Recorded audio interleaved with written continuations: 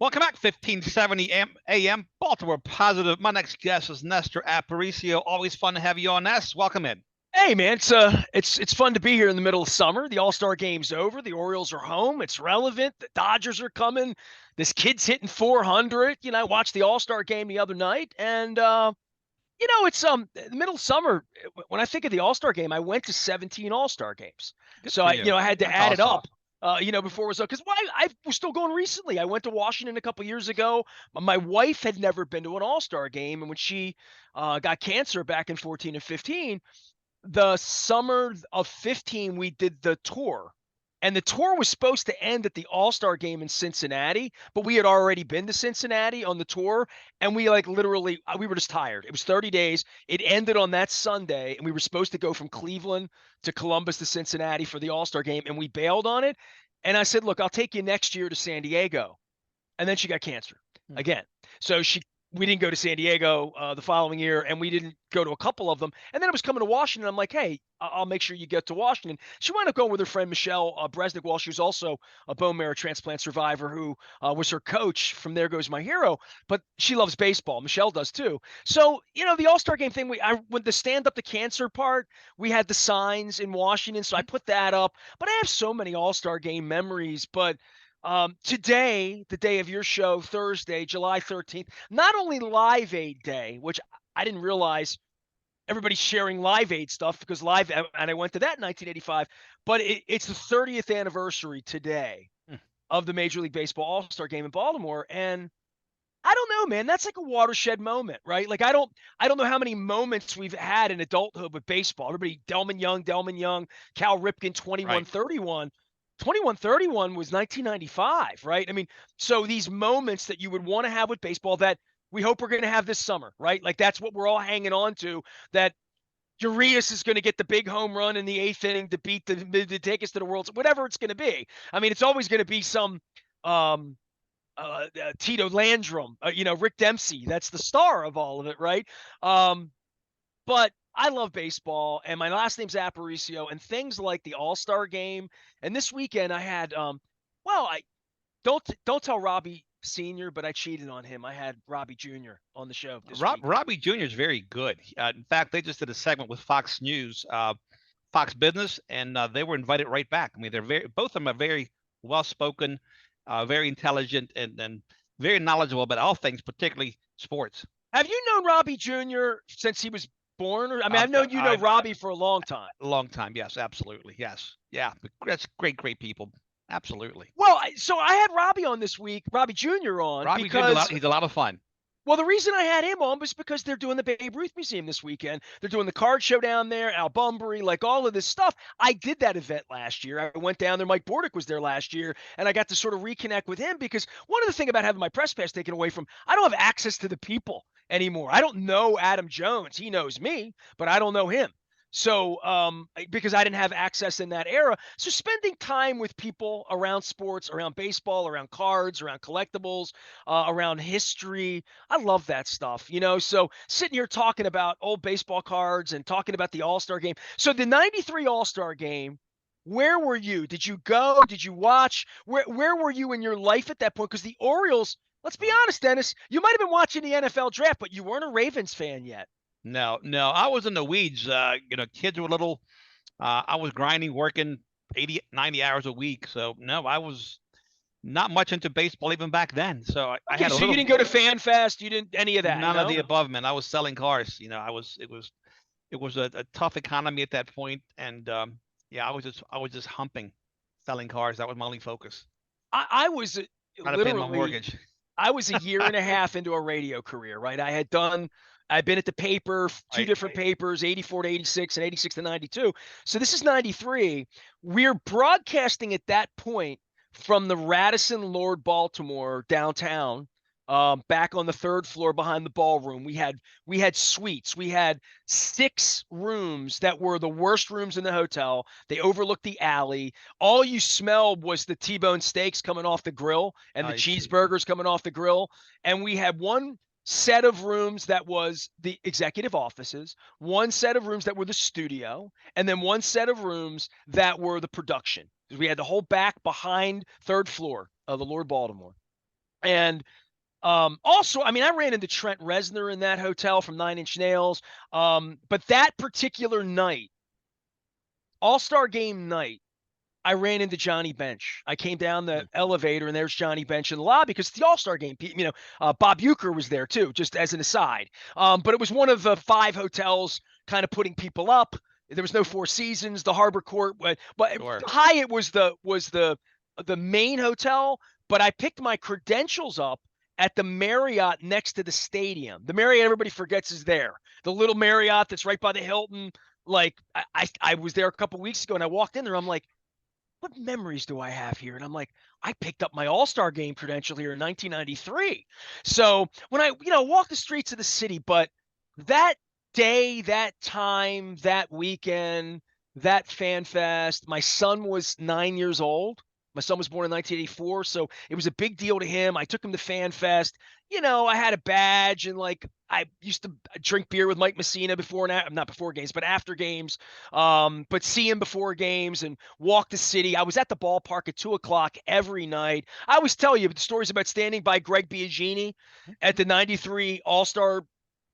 The home runs that Griffey was hitting and Gonzalez, those balls were juiced. Those balls were heated. Greg Biagini told me, showed me, gave me all the science behind it. He's like, I sit here at batting practice every day, and Sam Horn tries to hit anything he can. They try to kill the ball to hit the warehouse, and they can't do it. They can't do it. They can't do it. I had 5 people do it on one day. They heated the balls. Right. So all these memories I have, but my mother and wanted to go to the game, so I hooked her up. But my buddies really wanted to go to the game bad. And I didn't have any access to tickets, but I knew players. And there were players in the locker room that were talking like, hey, I have some tickets, whatever. And nobody was trying to scalp anything. And I'm gonna tell you a good guy story. All right. So I covered those teams. I knew those guys. I was on planes, trains, automobiles, hotels, Ben McDonald, Rick Sutcliffe, Brady Anderson, Mike Messina, Cheeto Martinez, David Segui. All those guys are my boys, right? Elrod, always in the clubhouse. A Cal Sr., who I never really knew. I was very intimidated by him. I was very intimidated by Mike Flanagan. I didn't talk to Mike Flanagan until we didn't become friends for a long time after that, actually. And then we became kind of intense friends. Our wives, we did things together in Timonium, but I didn't know Mike Flanagan when he was the pitching coach or the pitcher in 1992.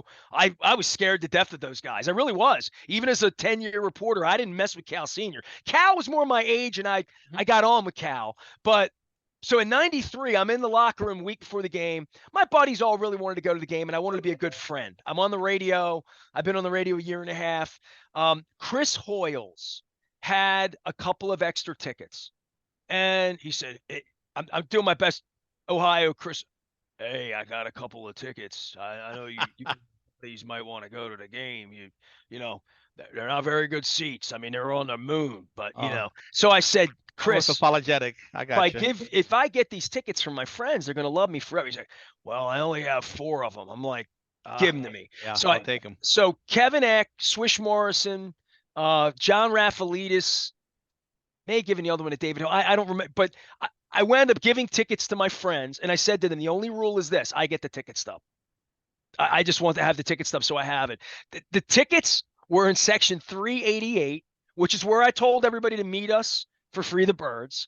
It's where I sat when I went to games with my son. We would go up because it reminded me of my dad. You know what I mean? It was like the worst seat in the stadium. And when I took my kid there in 92, 3, 4, 5, place was full. There was nowhere to sit.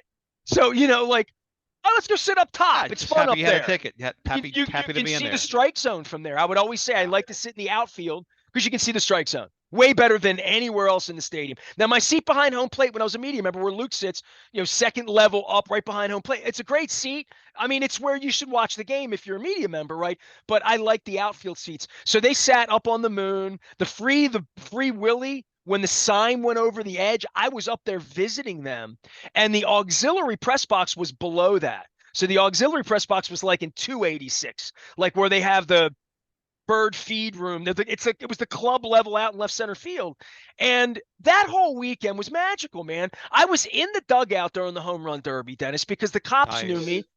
I was there and I had a clubhouse badge and I just sat at the end of the dugout and they didn't throw me out. And the thing started and it wasn't live. It was tape delay. So there's Gonzalez. Mark McGwire sat next to me for 30 minutes during the Derby. Like literally was just sitting next to me watching Gonzalez hit before he hit. I saw him like taping himself up, bats, the whole deal. And if you look in the videos, I'm in the dugout. Ken Griffey with the hat backward. I'm in the first base dugout watching the balls launch, and the place was mobbed. You could see people celebrating up on the warehouse where Boog's Barbecue is when Griffey was hitting the home runs. Like people were cheering it all. It was just wonderful. Like it's a beautiful memory, and it's not one we talk about much here in regard to Camden Yards. And I mean, the Pope came to Camden Yards, Cal Ripken, Delman Young, and we're waiting for the next thing, right? But that was a special thing, the All-Star game being here. Yeah, absolutely. Well, look, I enjoyed this last one. I didn't see the game, but I did watch the home run derby. Really enjoyed Adley Rutschman's performance, and also coupled with his father pitching to him. I thought that was a wonderful moment for those guys and also for Orioles fans alike. My dad pitched to me, a little bit. My dad was older. My dad was 55 when I was 5, right? So like I'm 55 now, and I'm thinking, ooh, that would take a lot of energy. And I'm I'm pretty sturdy, but I don't know that I want to be putting the heat on the wiffle ball, but right. Especially, see, I'm missing his finger. So as an amputee, I'm nasty at wiffle ball. Yeah, you don't want to mess with me. But I mean, as Mark Messina once said to me, I can't throw a party anymore. I got nothing left here. Oh, I hear you can't throw a party, right? But hey, and the one thing about the All-Star game too, here's a little footnote, and this is in your wheelhouse, is that John Angelos had said that he'd like to have that new lease signed by the All-Star game. It would be a great gift, and I'll put that in quotation marks, right? And here we are, and you're the only person in town still pounding the table and letting people know that lease hasn't been signed yet. That 5-year lease is still out there. I thought it was kind of amazing that Manfred brought up, Atlanta, Toronto, the places where they're going to try to take an All-Star game, which is always it's always a hostage situation, right? It's like if you get your act together and you bid enough and you do all the work, which, I mean, they can't even do the work of selling their own tickets right now. How could they host the All-Star game? We had 30 people shot in South Baltimore. I mean, like, there are things going on. Like, I'm trying to get the mayor on. I'm at Coco's later this week. The Maryland Crab Cake Tour is out. I'm really looking forward to seeing Marcella. I have Senator Corey McRae on this week. We're talking baseball with Dave Sheinin, who's been to a lot of All-Star games, and Rasig, my dear friend, and one of my favorite people in the world. So, but, this notion that the All-Star game, it's been 30 years. There's 30 teams. It's our time, right? Right. We would have had the All-Star game here in 13, 14, 15 if Peter would have relented and fixed the lawsuit with his partners. He's been suing his partners for 18 years over $1 billion, and they're fighting, and they're still fighting. And now the kid's in the middle of it, and the kid lives in Nashville, doesn't have a friend in the world here, doesn't have any advocates, and now apparently he's looking for federal money. To do what? I don't know. I don't know where they're building. I mean, if you're watching this on our YouTube channel or on Facebook or anywhere video, the stadium's behind me. What are they putting where? Peter fought tooth and nail to get the hotel, couldn't get it. The parking lot's there. It's got a viaduct in the middle of it. Staples is across the street. There's a hospital across the street. Like, I don't know where they're building Wrigleyville in Baltimore. In the reserve is that this is where the money comes from. Like, I've seen the trucks. It's a highly guarded facility at the foot of 95 that's strategically located with all sorts of tunnels underneath of our city that I saw Barack Obama get snuck into our city one night. Like, our city's weird. And that part of our city where, like, the train tracks caught on fire, remember that? Martin O'Malley tells that story. He's at the Chris Field Wake and Bake, and there's smoke coming out of tunnels that the governor didn't even know about. He was the mayor of Baltimore for 8 years, didn't even know it existed. Right. So, and they're going to get federal money to do what?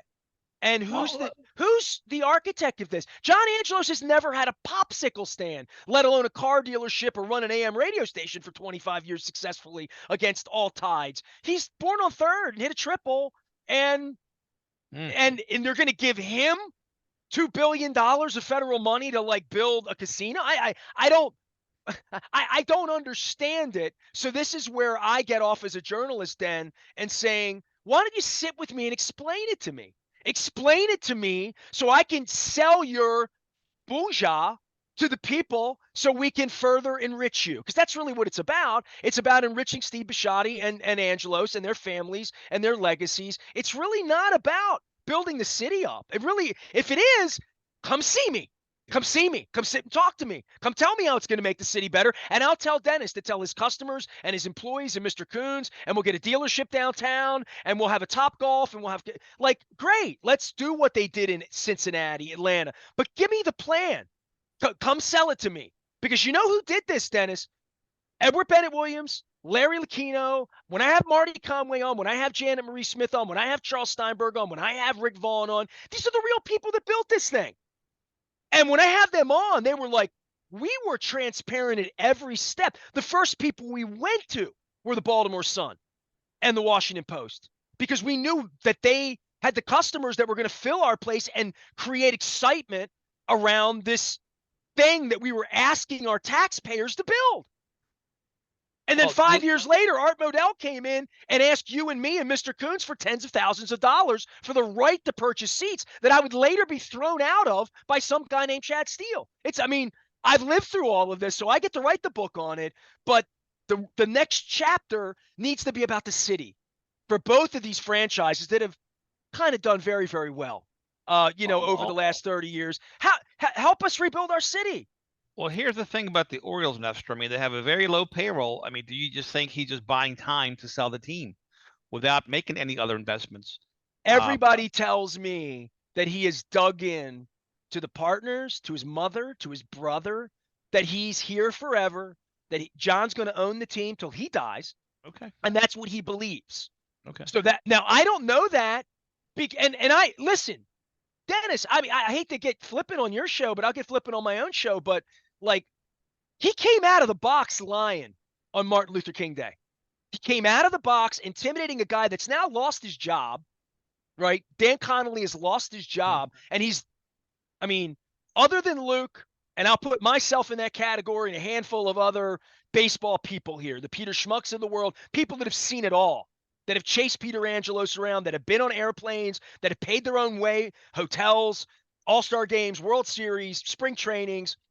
I've dedicated my life to this, and I haven't gotten rich on it, right?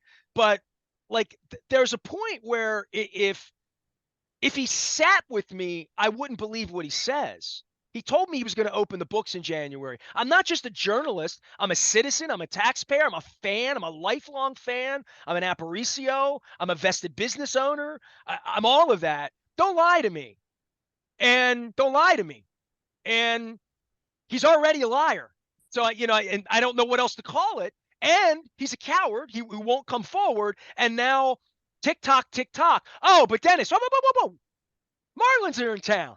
Right. Fireworks night. Right. Great. Dodgers are here next week. You want to see the Dodgers play, right? Right. I mean, lease. Listen. We're in the middle of the pennant race right now, okay? It's Martin Luther King Day. We're not here to talk about that today. I'm not going to talk about not having a lease. We're not going to talk about that. No. We're no questions about that, says Chad Steele. No questions about the quarterback and his contract in front of the head coach and the general manager. The only time we make them available. No questions about the quarterback. I mean, that's what we're running here, Dennis, and they're getting away with it. And they're getting away with it because Jason Lockenfor is signing up to take Angelos' money. So now he's shut up. 105.7 is just trying to stay in. Have you seen Odyssey stock lately? No. I mean, I don't mean to be mean, but like, it is what it is. They're trying to stay in business over there without a sports property. And WBAL is neutered. Right. So I don't know who, Fox likes to ask all the tough questions except when they're in the running to get the rights. And the Sinclair family is broke from the RSN implosion that's about to eat the Angelos family and whoever the Lerners sell to, and it's going to be the next problem probably if Ted Leonsis, because he's going to be the guy that buys it. And I hope you listen to this segment 3 years from now when all my little crystal balls predictions come true. Well, I mean, we're going to get an all-star game again because we have a stadium in a city. But that being said, we're already a decade late on that. Yeah, and guess who doesn't care whether we get an all-star game or not? Rob Manfred. He's got bigger fish to fry with whatever lawsuit is going to come out of the Oakland-Vegas situation, whatever they're doing down in Tampa, where I just had a 25-year executive who built this franchise here say to me on these airways, I don't know that baseball's going to work in Tampa. Yeah. No, I don't disagree with you there. And now and he comes out this week and he's going to give us an all-star game, the commissioner, when we don't have a lease. Right. And I don't know. Oh, and they're going to expand. That's the other thing. Did you hear that? I saw that. Yeah, They're heard going to that. expand. So now they're going to get Portland and Vancouver and I guess Nashville. And that's going to be John's flip. John's flip's going to be, look, they don't like me in Baltimore. You don't like me in Baltimore. I know Tim McGraw. I know Garth. We'll put something They're not together. going to move now. The Major League Baseball will not allow that. They'll put a different team in Nashville. Believe me. Well, hold on now. The NFL held out to not let Mark Davis go to L.A., and he wound up going to Vegas, which is far better for him. No, it is. Look, we'll see what happens. These guys, it's a fascinating game, the pawn game of all this money and these billionaires. But you know who's getting used in this, Dennis? The people that are going down and supporting the Orioles right now. Because, and as I've said this, and I'll say it really, really loud, if you don't go down there and we don't start getting some people there, that will be used against us. I'm sure. And so they're in the pennant race. They're a great team. They got great players.